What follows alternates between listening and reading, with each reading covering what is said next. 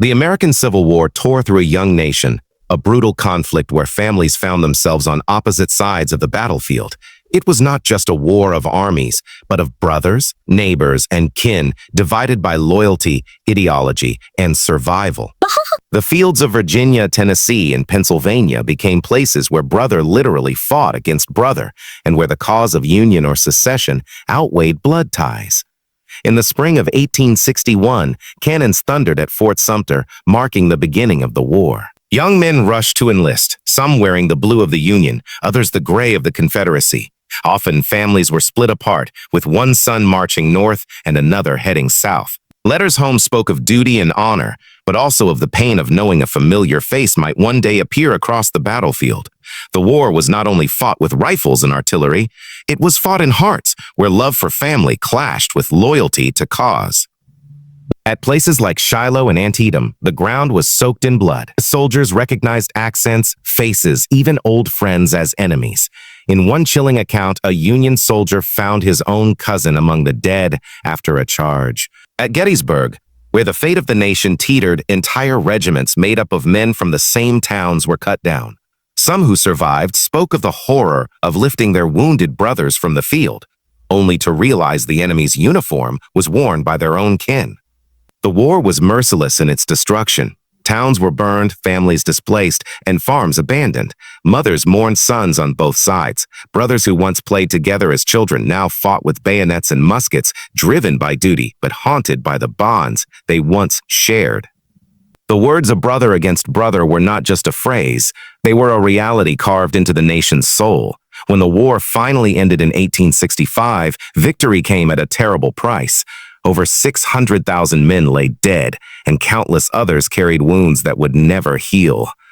Families that had been split were left with scars that would linger for generations. The nation had survived, but it was forever changed, stitched back together with blood and sorrow. The Civil War remains one of history's most tragic lessons, a reminder that when unity shatters, the battlefield can become a place where the ties of brotherhood are tested by fire and left in ashes. Untreated. When the American Civil War erupted in 1861, it did not simply divide states. It split households, towns, and bloodlines. Few wars in history carried such a personal cost, where brothers, cousins, fathers, and sons found themselves standing under opposing flags. Civilly, the rallying cries of Union and Confederacy echoed not only in the halls of government, but also in kitchens, farms, and parlors across the country. The slogan of brother against brother became more than rhetoric. Against brother, it was a haunting reality that unfolded in the lives of countless American families. The causes of division were rooted in differing visions of the nation's future. For some, the Union represented an unbroken bond that had to be preserved at all costs. For others, the Confederacy stood for independence, sovereignty, and a way of life they believed was under threat. These ideals were not abstract. They struck at the heart of personal identity. In homes where one brother favored secession and another pledged loyalty to the Union, conversations at the dinner table became battlegrounds long before muskets were raised. Parents faced the unbearable task of blessing two sons with conflicting loyalties, knowing each might one day meet the other on the field. There are countless recorded instances of this heartbreaking reality. In Kentucky, a border state where loyalties were deeply split, families often chose opposite sides. The Crittenden family is one of the most famous examples. George B. Crittenden became a Confederate general, while his brother Thomas L. Enamamo Crittenden rose to the rank of Union general. Though bound by blood, their military paths symbolized the fractured nature of the nation. In Missouri, Tennessee, and Virginia, similar stories echoed in nearly every county where brothers marched to different drum beats. Even ordinary soldiers carried these divisions in their hearts. Diaries and letters from the time reveal men torn between love for their family and devotion to their cause. Some wrote of secretly praying for their brother's safety even while preparing to fight his regiment. Others confessed the torment of scanning the enemy lines in fear that they might see a familiar face among the ranks. These were not strangers meeting in combat, but kin forced into opposition by the tides of history. The pain of division was magnified by the intimacy of the war. Unlike vast world wars fought oceans apart, the Civil War was waged in fields, towns, and backyards where soldiers had grown up.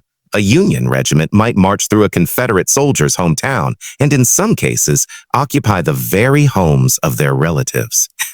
Neighbors became enemies overnight, and kinship ties were stretched to the breaking point.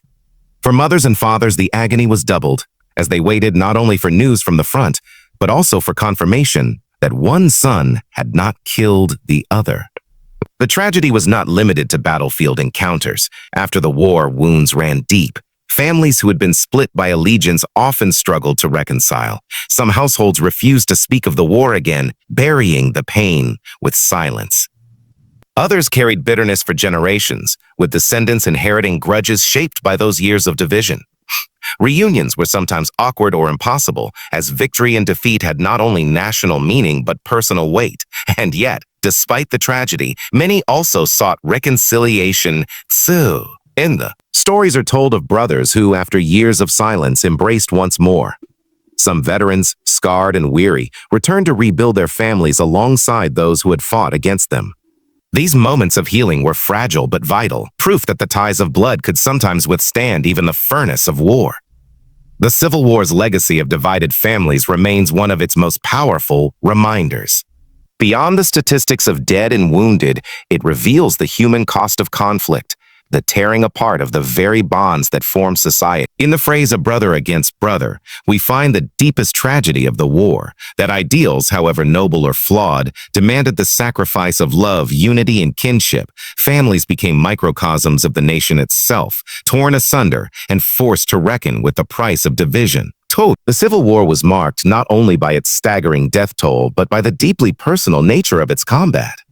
Nowhere was the phrase "a brother against brother" more tragically illustrated than in the great battles of Antietam and Gettysburg.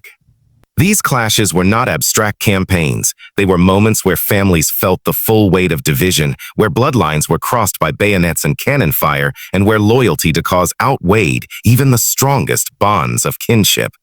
Antietam, fought on September 17, 1862, remains the bloodiest single day in American history. Over 22,000 soldiers were killed, wounded, or missing when the sun set on the fields near Sharpsburg, Maryland. For many families, the horror was doubled. Union and Confederate regiments often recruited locally, so men from the same communities, and sometimes the same families, found themselves facing one another across cornfields and stone bridges. In letters and diaries, soldiers recounted the surreal experience of recognizing old neighbors in the ranks of the enemy. For some, the recognition came too late, only after they found the familiar face of a cousin or a brother, lying dead among the fallen. Antietam showed how the war's fury erased personal ties in the heat of combat, only to leave unbearable grief once the smoke cleared. Gettysburg, fought in July 1863, carried the same tragic weight, but on an even larger scale. It was the war's turning point, fought over 3 days with more than 50,000 casualties. Stories from the battle reveal how personal the conflict could become. Whole towns sent their sons to fight, and because of the regional composition of regiments, it was not uncommon for families to discover that one son was in blue and another in gray, on the very same battlefield. Imagine the anguish of parents reading casualty lists, uncertain which side of the line had claimed their child's life, and knowing both were at risk. One haunting example comes from the clash at Gettysburg Cemetery Ridge, where Pickett's charge ended in devastation for the Confederate Army. Some Union soldiers later recalled searching among the wounded and finding men who bore family names they recognized from their own kin. In some cases, these truly were relatives, distant cousins, or even brothers separated by allegiance and sla. The battlefield became a cruel meeting ground where the family bond was discovered only in death. Beyond the famous battles, the smaller skirmishes carried the same sorrow. In border states like Kentucky, Missouri, and Tennessee, where divisions ran deep, family members sometimes literally drew swords against one another. Local militias often formed quickly, with brothers joining different sides depending on their convictions or even the persuasion of friends. The result was a war that felt less like a national struggle and more like a family feud on a massive scale. The psychological toll of these encounters was immense. Soldiers often wrote in private letters that they feared facing relatives across the battlefield. Haiti. Some confessed relief when they discovered their brother's regiment was stationed elsewhere, sparing them the possibility of a direct clash. Others admitted to firing their muskets high or intentionally missing when they suspected family was in the opposing ranks. These small acts of mercy, however, were exceptions in a war that demanded loyalty to flag above kin. The aftermath of these great battles deepened the tragedy. Families often learned too late that relatives had perished fighting for the other side. Funerals became complicated as mourning a Confederate son while supporting the Union, or vice versa, brought tension and shame within communities. In some towns, graves of brothers in opposing uniforms lay side by side, silent witnesses to a war that tore bloodlines apart. The phrase "a brother against brother" reached its full meaning in these battles. Antietam and Gettysburg were not simply military contests. They were moments when the war's cruelty struck the most personal blow. These conflicts illustrated that the cost of division was not only measured in territory gained or lost, but also in the destruction of families, friendships, and the shared history that once bound people together. By the war's end in 1865, the memory of such encounters lingered. Veterans carried not only physical wounds, but also the burden of knowing they had fought, and sometimes killed, men who shared their lineage. The stories of divided families at Antietam and Gettysburg remind us that the Civil War was more than strategy and politics. It was a human tragedy where loyalty to cause came at the cost of kinship. When the guns finally fell silent in 1865, the echoes of a brother against brother remained louder than any victory parade. The war had saved the Union, but it had shattered countless families, leaving empty chairs at dinner tables and memories stained with sorrow. For every battlefield triumph, there was a mother mourning two sons in different uniforms, or a father who buried kin on both sides of the struggle.